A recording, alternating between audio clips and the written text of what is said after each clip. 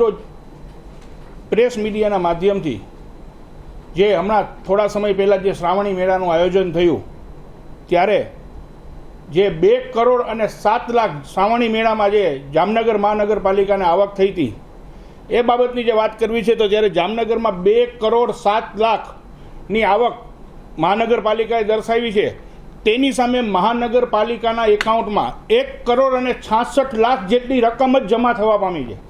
શ્રાવણી મેળો 24 ઓગસ્ટના પૂર્ણ થઈ ગયો. ટેન્ડરનો નિયમ એવો છે જ્યારે પણ ટેન્ડર ખુલે ત્યારે તે એમાઉન્ટનું ડીડી સાથે રાખી અને એમાં જમા કરાવવાનો હોય છે, પણ તે નથી થયો અને તેમાં ક્યાંક ને ક્યાંક આ સત્તા પર બેસેલા ભાજપના લગત વગત કોઈ અધિકારી કયો કે કોઈ કોન્ટ્રાક્ટર કયો તેના માટે જે બેલેન્સની સિસ્ટમ કહેવાય, ફાઇનાન્સની સિસ્ટમ કહેવાય, તેવી રીતે તેના ચેક લઈ અને આ મેળામાં અત્યારે 1 કરોડ અને 66 લાખની આવક થઈ છે. 41 લાખ જેવી રકમ હજી પણ જામનગર મહાનગરપાલિકાના એકાઉન્ટમાં આપેલી નથી.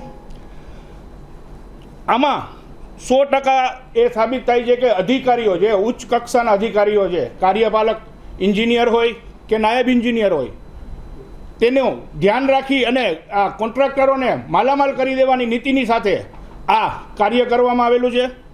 આવતીકાલે કમિશનર સાહેબને અમે બધા પ્રૂફ સાથે આવેદન આપશું અને જો આ જે અધિકારીઓ છે તેના પર કાર્યવાહી કરવામાં નહીં આવે અને જે જામનગર મહાનગરપાલિકાની તિજોરીને આર્થિક નુકસાન કરવામાં આવ્યું છે તેની ભરપાઈ કરવામાં નહીં આવે, અધિકારીઓને કાયદેસરની કાર્યવાહી કરવી જોઈએ, ડિસમિસ કરવા જોઈએ.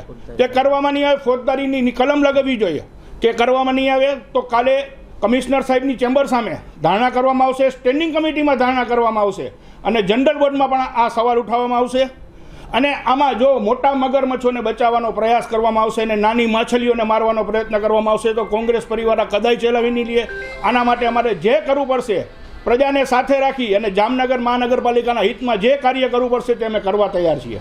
ચેક લેવાની વાત હોય કે ડીડી લેવાની વાત હોય, ચેકની તો વાત જ નથી આવતી. જ્યારે ટેન્ડર ખુલે ત્યારે ડીડી જમા કરાવવાનો, ડીડી જમા ન કરાવે તો તે પાર્ટીનું ટેન્ડર રદ કરવામાં આવે છે. પણ તે પાર્ટીનો ચેક નહીં, થર્ડ પાર્ટીનો ચેક લેવામાં આવેલો છે અને તે મહાનગરપાલિકાની ફાઇલમાં પડેલો છે. બીજી વસ્તુ કે જે આ વસ્તુમાં જે ટેન્ડરની સાથે ડીડી જમા ન કરાવે તો ત્યારે ને ત્યારે ટેન્ડર રદ થાય અને બીજી પાર્ટીને ટેન્ડર આપવામાં આવે તે કોઈ પણ જાતની કાર્યવાહી કરવામાં નથી આવેલી.